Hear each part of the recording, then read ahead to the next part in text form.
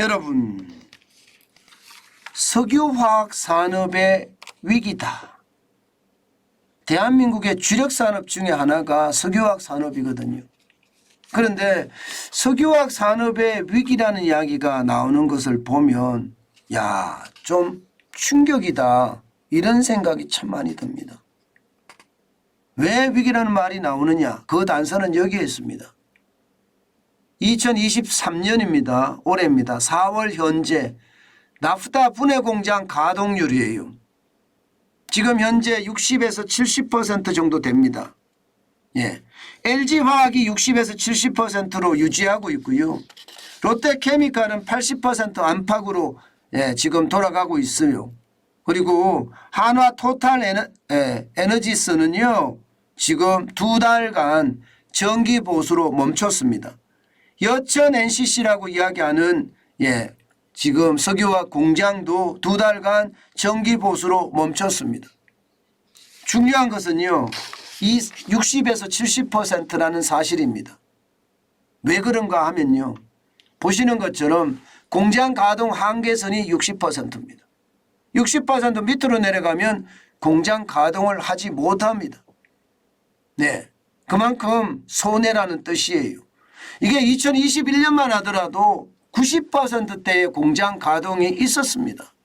그리고 2022년에는 80% 이하이긴 하지만 그래도 공장 가동률이 괜찮았고요. 그런데 지금은요 60에서 70%로 떨어졌으니까 공장 가동률이 최악이 됐다 이렇게 이야기할 수가 있거든요. 자, 문제는 여기서 문제는 여러분 바로 이거예요. 이거.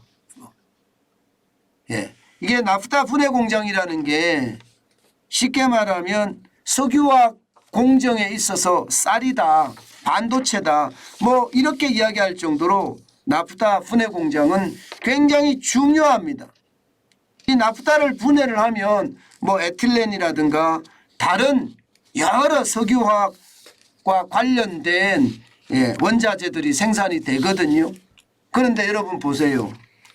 중국이 나프타 분해 공장에서 나오는 에틸렌에 대한 작업률이 2023년에 96%까지 올라갔어요. 96%까지. 이것은 여러분 어떻게 생각하면 어마어마한 충격이다 이렇게 이야기할 수가 있는 겁니다. 이제 중국이 석유화학 공장에 어마어마하게 투자를 해서요. 대한민국에서 에틸렌을 수입 안 해도 된다는 이야기가 되는 겁니다. 이제는 작업자족이 점점 가능해져 가고 있다는 뜻이에요. 이렇게 되면 우리 괜찮을까요? 우리 공장 괜찮을까요? 2015년부터 보면 그래도 중국의 에틸렌 작업률은 93% 수준, 그리고 2019년엔 90%까지 떨어지기도 했고요. 물론 2018년엔 88%까지 떨어지기도 했고요. 그런데 이게 2021년에 95%까지 올라가더니요. 2022년에는 94%까지 잠깐 떨어지는 모습을 보였으나 올해 들어서는 96%까지 치솟으니까 우리는 에틸렌을 수출할 수가 없는 거예요. 중국이 그동안 세계 시장이라고 이야기했는데 이 세계 시장에 우리가 제대로 수출을 못한다는 것은 말입니다. 결국 말입니다. 우리 석유화학 산업 자체가 굉장히 어려워진다는 이야기예요. 여러분도 알다시피 중국이 리오프닝을 했잖아요. 1월 달에. 1월 달에 리오프닝을 했고 지금이 4월이에요. 적어도 말입니다. 리오프닝의 효과가 있으려고 그랬으면 여러분 한 달이 지났던 시점 적어도 2월 중순부터는 리오프닝이 있어야 되거든요. 그런데 그 효과가 없었고요. 3월도 그냥 지나갔습니다. 그런데 4월을 맞았습니다. 이렇게 되면 중국의 기술력의 어떤 발달, 기술력의 진보가 이제 한국이 필요 없어졌다는 뜻이 됩니다. 이렇게 되면 여러분 대한민국은 진짜 처참해질 거예요. 실제로 말입니다. 여러분 석유화학 제품의 수출액을 보면요. 굉장히 많이 떨어졌어요. 굉장히 많이 떨어졌어요. 충격적이라고 이야기할 만큼 떨어졌습니다. 2022년 1월에 보세요.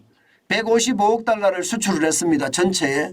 그런데 2022년 죄송합니다. 1분기 2024년 1분기에는 120억 달러, 적어도 35억 달러가 줄어들었죠. 중국에도 마찬가지입니다. 작년 1분기에는 49억 2천만 달러인데 올해 지금 1분기에는 35억 달러입니다. 그러면 적어도 말입니다.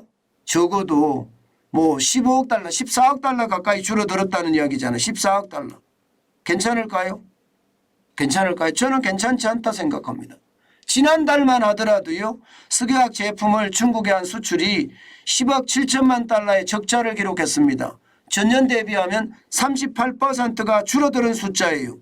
2월에도 29.5%가 석유화학 제품에서는 줄어들었거든요. 이 말은 그만큼 말입니다.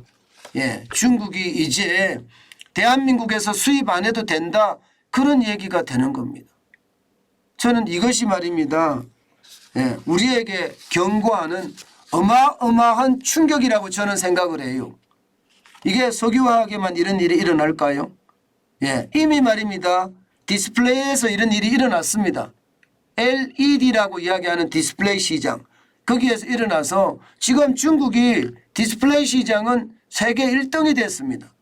대한민국은 2등으로 전락했거든요. 근데 2등으로 전락하는 것이 얼마나 더 2등으로 떨어질 것이냐에 대한 이야기는요, 충격적이 될 수도 있습니다. 우리는 경쟁력을 못 따라갈 수도 있다는 이야기, 초격차 기술을 앞으로 가져가지 않으면 더 힘들어진다는 이야기거든요. 그런데 지금 여러분에게 말씀드린 것처럼 디스플레이, TV 시장은 우리에게 어마어마하게 중요한 시장인데 여기서 무너졌죠. 석유화학 시장이 만약에 이렇게 무너지면 우리는요, 주력 산업들이 줄줄이 무너질 겁니다. 철강도 마찬가지고요. 자동차도 마찬가지고요. 반도체도 마찬가지가 될 가능성이 굉장히 높아진다, 이런 뜻이에요. 제가 여러분들에게 가장 우려했던 것이 중국이 봉쇄를 해서 대한민국의 제품을 수입을 안 했으면 다행인데 중국의 기술의 진보가 있어서 더 이상 한국에서 수입 안 해도 된다는 그런 상황이 되면 우리 경제에 치명상을 입을 거라고 제가 말씀을 드렸는데 그런 치명상의 한 부분이 지금 또 나타나고 있는 겁니다. 그만큼 말입니다. 중국은 이제 말입니다. 경제적으로 대한민국이 없어도 된다. 반면에 대한민국은요, 중국에서 소비재를 수입할 수밖에 없다. 무역 욕조는 어쩔 수 없는 상황이 되고요. 첨단 산업의 어떤 중국으로의 어떤 이전은 더 빨라지지 않겠느냐. 이러다가 제조업까지 다 무너질까 사실은 두렵습니다. 아마 어느 누구든 두려워하지 않을 사람이 없을 거예요. 경제를 보고 있으면 그만큼 중국의 어떤 성장이 우리에게는요, 최악의 어떤 지옥이 된다. 저는 그런 생각을 진짜 많이 해봅니다. 윤석열 정부가 지금 반도체나 디스플레이나 전기 배터리에 대해서는 중국에 안 뺏기겠다 하면서 굉장히 열심히 투자를 한다고 하지만 쉽지는 않아 보입니다.